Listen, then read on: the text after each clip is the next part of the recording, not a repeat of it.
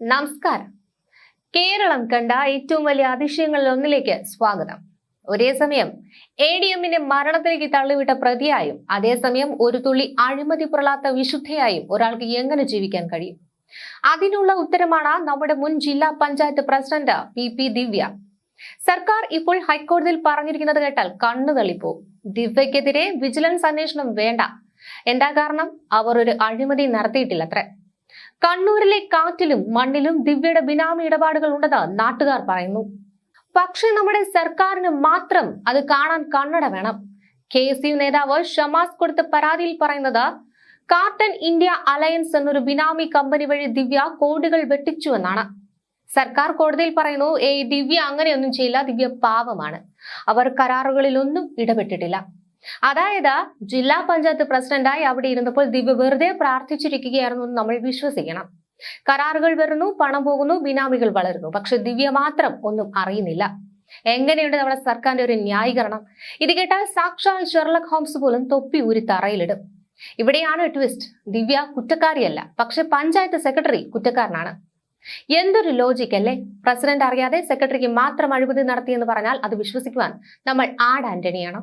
സെക്രട്ടറിക്കെതിരെ അന്വേഷണത്തിന് ശുപാർശയുണ്ട്. അതായത് യജമാനൻ കൽപ്പിക്കുന്നു, ദാസൻ പ്രവർത്തിക്കുന്നു. ഒടുവിൽ പിടിവീഴുമ്പോൾ ദാസൻ ജയിലിലും യജമാനൻ പാർട്ടി സംരക്ഷണത്തിലും. ഇതാണ് ഇപ്പോഴത്തെ കേരള മോഡൽ നീതി. ADM നവീൻ ബാബുവിന്റെ മരണം ഇന്നും കേരളത്തിന്റെ നെഞ്ചിൽ കനലാണ്. ആ കേസിൽ പ്രതിയായി ജയിലിൽ കിടന്ന ദിവ്യയെ ഇപ്പോൾ സർക്കാർ വെള്ളപൂശുകയാണ്. പാർട്ടി പുറമേ കാണിക്കാൻ വേണ്ടി അവരെ ബ്രാഞ്ച് കമ്മിറ്റിയിലേക്ക് തരം താഴ്ത്തി.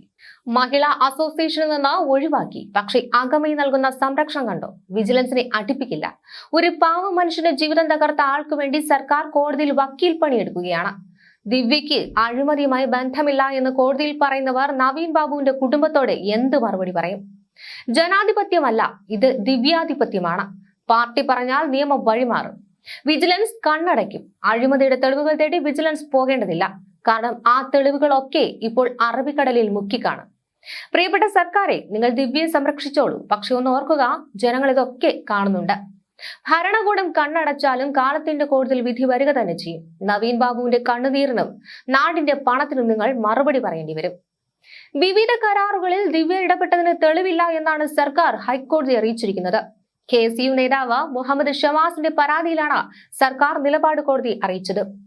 ദിവ്യ പഞ്ചായത്ത് പ്രസിഡന്റ് ആയിരിക്കെ ബിനാമി ഇടപാട് നടന്നുവെന്നാണ് KSU നേതാവിന്റെ പരാതി.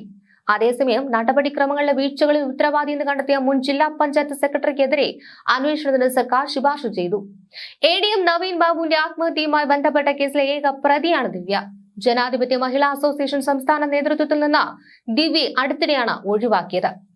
നവീൻ ബാബുവിന്റെ മരണത്തിന് പിന്നാലെ ദിവ്യ ജില്ലാ കമ്മിറ്റിയിൽ നിന്ന് ബ്രാഞ്ച് തലത്തിലേക്കാണ് തരം താഴ്ത്തിയത്. ഇതിന് പിന്നാലെയാണ് മഹിളാ അസോസിയേഷൻ സ്ഥാനത്ത് നിന്നും മാറ്റിയത്.